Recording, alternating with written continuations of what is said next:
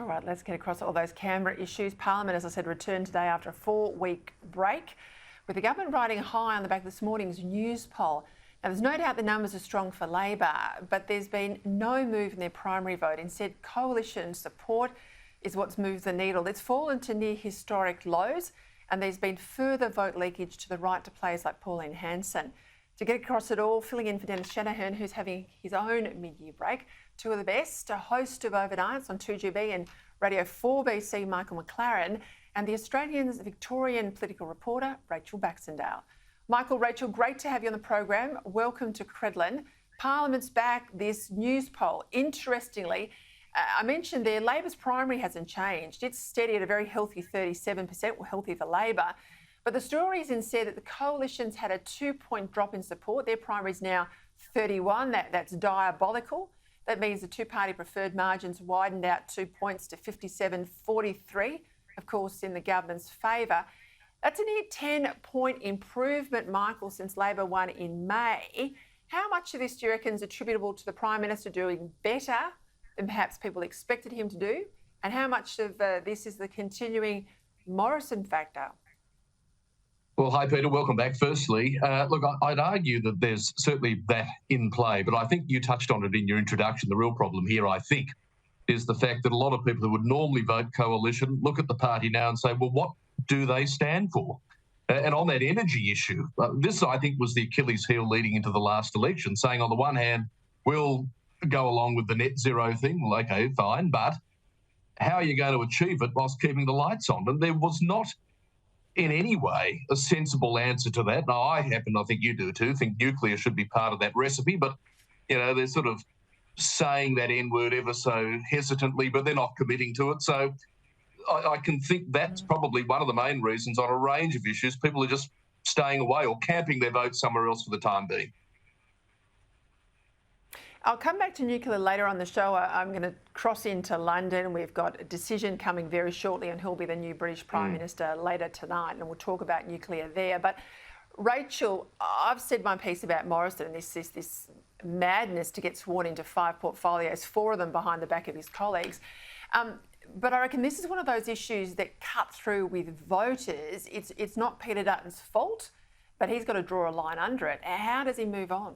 Absolutely, I think that's right. I think, plenty of people who take very little interest in politics, that was all they wanted to talk about when that news broke. And I think it's something that is going to stick in people's memories and really will be a bit of a challenge for Peter Dutton to overcome. Scott Morrison, of course, is still in Parliament, even if he's on the backbench.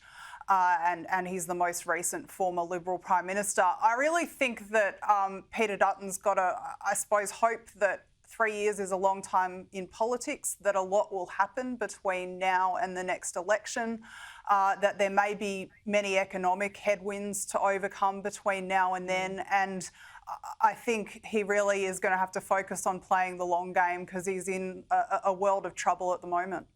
Yeah, look, and I made the point, and I would encourage Liberals and Liberal supporters. I was there in opposition. We were in just as bad a position after 07. And of course, we went through 3 leaders in 3 years in that case, but took Labor to minority government in 2010. Although I don't think Albanese is a Kevin Rudd. I mean, Albanese is very much a creature of the Labor Party.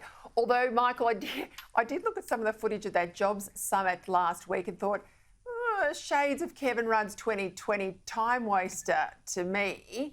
2 things came out of it, as I said, basically a return to pattern bargaining, God help us, and higher immigration numbers. Was it worth it? Do you think it cut through with punters? I don't think so. Well, look, if it did, Peter, it cut through because the punters are the ones that came up with all the ideas. I'm on a bit of paternity leave at the moment, but when I was on air, people were saying, well, look, there's a few ways you can improve the situation of the economy and the shortage of workers, so it claims to be. You can bring people in, you can get the pensioners to work and don't touch their pension. You can do things here, you can do things there. And lo and behold, you get all these wise people go down to Canberra and say exactly what the punter at the pub's been saying for months. So, look, people might have nodded in agreement, but on that immigration thing, I think that's going to be a problem for the government going forward. I'm surprised state treasurers are so in favour of it. After all, they're the ones that have to find the money somewhere to build all the infrastructure to make sure that these hundreds of thousands of people who are all going to go to Sydney and Melbourne, basically, let's be honest, they're going to have to build all the trains, the houses, the roads, the lot. It's expensive. Rachel, how did you see the summit? Look, I think it was an interesting phenomenon. I have to say I probably agreed with Phil Curry's line about it being, it was a bit flippant, but there were aspects of it being like a 2-day episode of The Drum.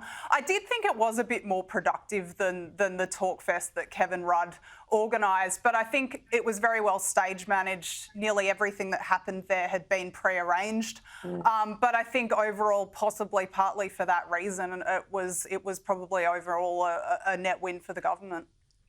Look, I'll get into the detail about tomorrow's RBA meeting. There's a likely rate rise. As I said before, it'll be the 5th consecutive rate rise. Terry McCrann's on the show a little later on. But as far as dumb commentary from pretty ignorant politicians go, I don't think you get any dumber than this. A contribution over the weekend from Greens Senator Nick McKim. Take a listen. The RBA should press pause on interest rate rises at least until the October budget and put pressure on the government to provide significant, genuine, immediate cost of living relief. Now, he's got no economics degree that I could find online. I don't know if he's got a degree full stop. But I mean, if you've got an inflation problem, Michael, the last thing you want to do is throw more taxpayer largesse out there, surely. Well, Peter, that's what a sensible person would argue, but sensible people don't tend to be members of the Greens. So I hate to generalise, but I think we're pretty safe there. And look, and this is another example. It also sounds... Sorry? It also sounds a lot like Clive Palmer's policy at the last election, amusingly enough. Absolutely, yeah. Yeah, it's almost like a rip and tear, isn't it?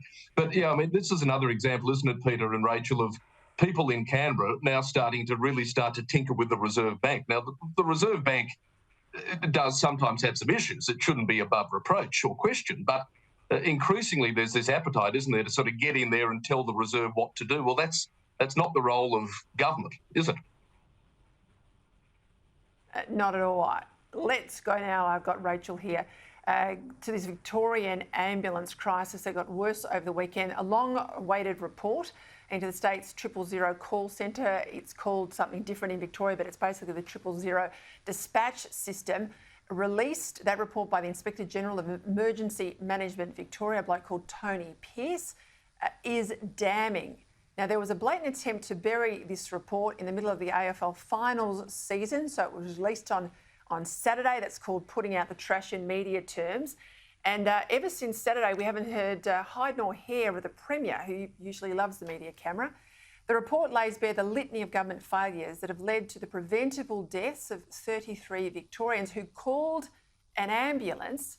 The ambulance never arrived. Rachel, this is your patch, as I said. How does the Premier in a state like Victoria avoid fronting the media on an issue like this when he's been the leader now for almost 2 terms and he's a former health minister? It's a very good question, Peter. And I mean, you said we've heard hide nor hair of him since Saturday. In fact, he has been quite active on social media. He's tweeted about wind farms. He's tweeted about Father's Day. And today he had a tweet encouraging Victorians to nominate their favourite train station.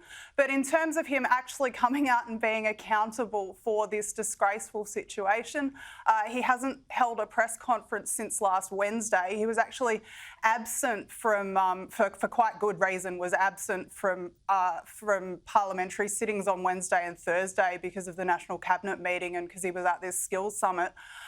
But I think there is just growing pressure. It's unusual, unfortunately, in this day and age for a story to last as long as this one has, but I do not think it's going away. And today we've had everyone from, and you can read it in the paper tomorrow, I've spoken to a number of union leaders who are really angry about this. And when you've got pressure even coming from those quarters who are, you know, people who are often quite reluctant to criticise a Labor government, I think Daniel Andrews has a lot of questions to answer. There you go, a bit of a heads up there from Rachel Baxendale. Get the Australian tomorrow.